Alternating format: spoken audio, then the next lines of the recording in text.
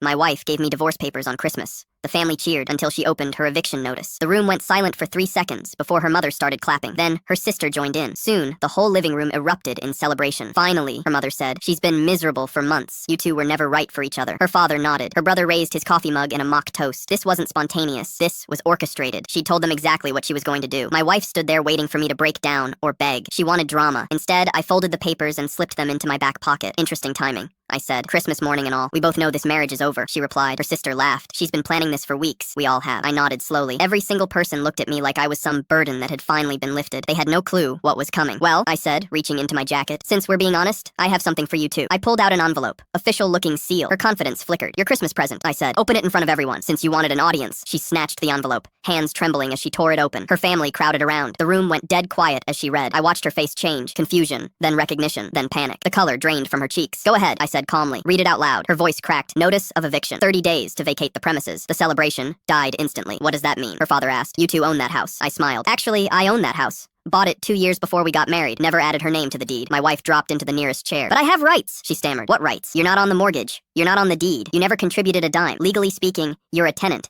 And I'm your landlord, and your landlord just gave you notice. Her brother stood up. This is vindictive. Was my wife, I corrected. According to these divorce papers, she just served me, but I wasn't done yet. This family had spent years treating me like I wasn't good enough. The eviction notice is dated December 1st, I said. I've been carrying it for 3 weeks, waiting for the right moment. You planned this, she accused. I suspected. Hard to miss when someone stops coming home 3 nights a week and starts hiding their phone. I pulled out another document. That's why I had my lawyer draw this up 6 weeks ago, right after I found the credit card statements you thought you'd hidden. Her face went white. What? Credit card statements? The ones you opened in your maiden name. The ones with $23,000 in debt I knew nothing about. The ones you've been making minimum payments on while telling me we needed to cut back. I handed her brother the summary. His expression changed with each line. This says you owe almost $30,000. The best part, I said, is that since she's filing for divorce and opened these accounts in secret, my lawyer thinks we can make a case for financial fraud. Her eyes went wide. I pulled out my phone. Online poker, slots, sports betting, $2,700 in October alone. And she tried to use our joint savings to cover it. 3 withdrawals of $2,000 each. Money we were supposed to use for vacation. Her mother sat down heavily. I watched the family implode. They'd spent years making me feel like I wasn't good enough. Now they were seeing what I'd been dealing with. Here's what really happened, I said. She got in over her head financially. She knew I'd find out eventually, so she decided to file for divorce and try to take half of everything. Let me deal with the debt she created. But it backfired because she never checked who actually owned what. The room fell silent. Their celebration had turned into a nightmare. Wait, can we talk privately? She begged. Maybe we can work something out. Work what out? You just handed me divorce papers in front of your entire family. You made this public. Her mother looked around helplessly. Maybe you could stay with us, honey. Silence. Not one family member opened their home to her. You're all just going to abandon me? My wife said, voice breaking. You need to take responsibility for your actions, her brother said. 30 days later, she moved out with her clothes, her personal items, and $30,000 in debt that was now entirely her problem.